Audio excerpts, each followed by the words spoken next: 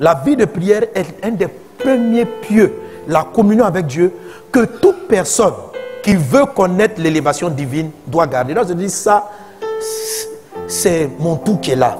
Le jour où j'arrête de parler avec le Père, je coupe ma source d'alimentation. Parce que c'est au moins dans la prière que Dieu va te rappeler tes erreurs. C'est quand tu vas prier en esprit, Dieu va te dire attention, attention. Il y a telle ou telle chose qui est en train d'arriver. Et c'est parce que tu as l'occasion de prier que Dieu est capable de te corriger, que Dieu est capable de rectifier, que Dieu est capable de te donner la victoire sur les tentations de l'ennemi. Donc c'est un flux qu'il ne faut pas couper. Amen. Même quand je parle de l'humilité, l'humilité elle est très importante, il faut la garder. Et il peut arriver que vous pouvez trébucher un peu par rapport à cela. Mais si vous prenez le temps d'être toujours dans la présence de Dieu, Dieu va finir par te dire, tu deviens orgueilleux. Amen. Dieu va te dire, tu deviens orgueilleux et tu seras capable de ranimer en fait les autres choses. Donc c'est très important d'avoir une véritable vie de communion avec Dieu. Mais la communion avec Dieu, ce n'est pas la prière de la forme. Il ne faut pas tomber comme les religieux qui font des actes, qui font des récitations de prières. Ce ne sont pas des prières en esprit. Ce ne sont pas des prières qui sont efficaces. Il ne s'agit pas de marmonner des choses et de dire le nom de Dieu, Dieu, Dieu, ou Jésus, Jésus, Jésus. Non, il s'agit d'avoir une certaine vie, une certaine intimité. Prier, c'est parler avec quelqu'un, c'est parler avec le Père, c'est discuter avec le Père. C'est une discussion profonde. C'est un moment de rencontre, seul à seul, dans la chambre, dans le lieu secret, avec ton papa. C'est là que vous discutez. Et cette prière-là ne doit pas quitter ta vie. Amen. C'est la première clé d'une vie de prière efficace. Prier en esprit, c'est la première clé. La deuxième clé de la vie de prière efficace, c'est laquelle?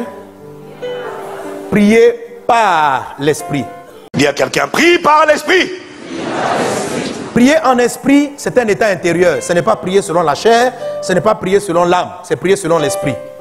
Prier par l'esprit, c'est se laisser conduire.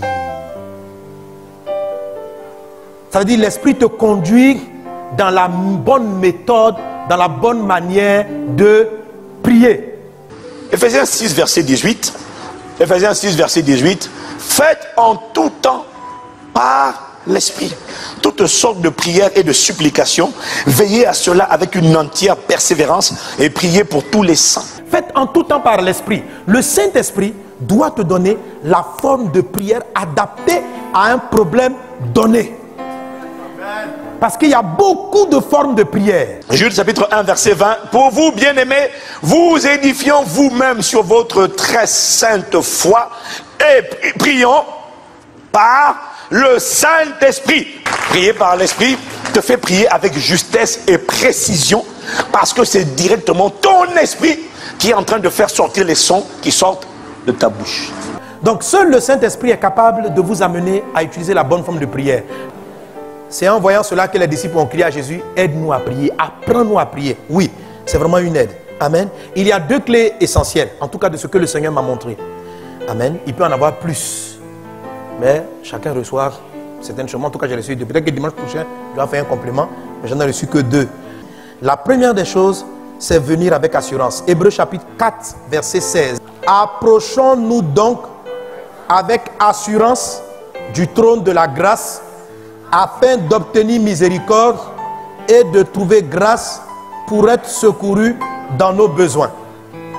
Pour qu'il t'aide dans la prière, il faut venir avec assurance. L'assurance, ce n'est pas l'orgueil.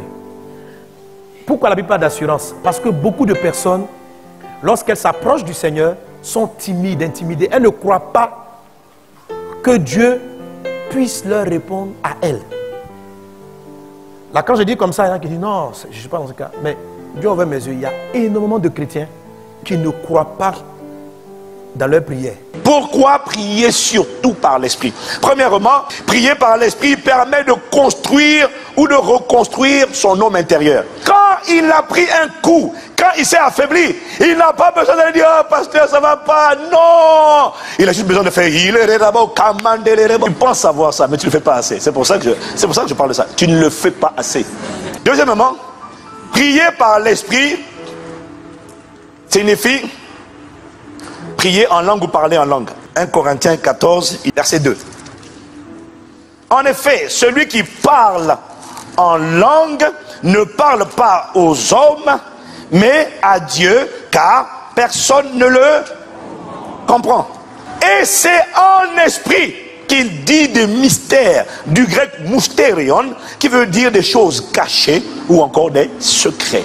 La meilleure manière de demander à Dieu, manifeste tes projets dans ma vie,